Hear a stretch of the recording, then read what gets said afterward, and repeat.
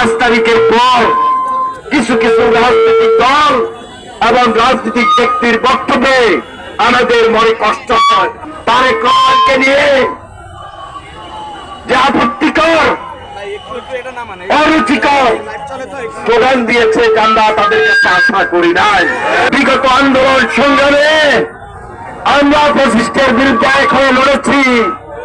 প্রত্যেকটা রাজনৈতিক দল, রাজনৈতিক ব্যক্তির কর্মসূচি নেওয়ার ক্ষেত্রে আরো বেশি সজাগ, সতর্ক এবং সতর্কতা অবলম্বন করে কর্মসূচি গ্রহণ করেই আমাদেরকে এই রাজপথে আমাদের কর্মসূচি চালিয়ে যেতে হবে।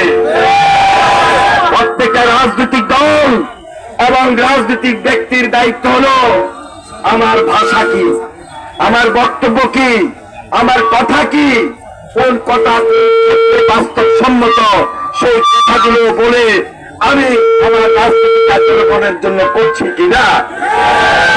কিন্তু আমরা লক্ষ্য করছি 5 তারিখের পর কিছু কিছু রাজনৈতিক দল এবং রাজনৈতিক ব্যক্তির বক্তব্যে আমাদের মনে কষ্ট হয়, আমাদের আবেগে আঘাত করে। যে তারেক রহমান সকল জাতিকে, সকল রাজনৈতিক দলকে নেতৃত্ব দিয়েছেন বাংলাদেশ বিনির্মাণের জন্য, সকল রাজনৈতিক দলকে ঐক্যবদ্ধ করে আগামী দিনে বাংলাদেশকে নির্মাণ করার জন্য দেশে একটা শান্তিপূর্ণ নির্বাচনের পরিবেশ তৈরি করার মধ্য দিয়ে গণতান্ত্রিক ব্যবস্থাকে জোরদার করবেন। সেখানে আমরা লক্ষ্য করছি তারেক রহমানকে নিয়ে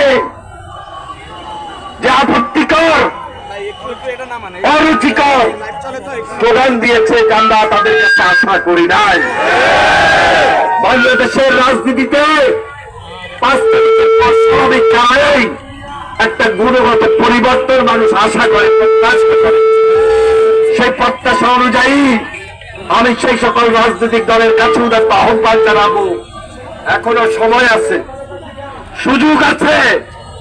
ফ্যাসিস্টের বিরুদ্ধে যেভাবে ঐক্যবদ্ধ ছিল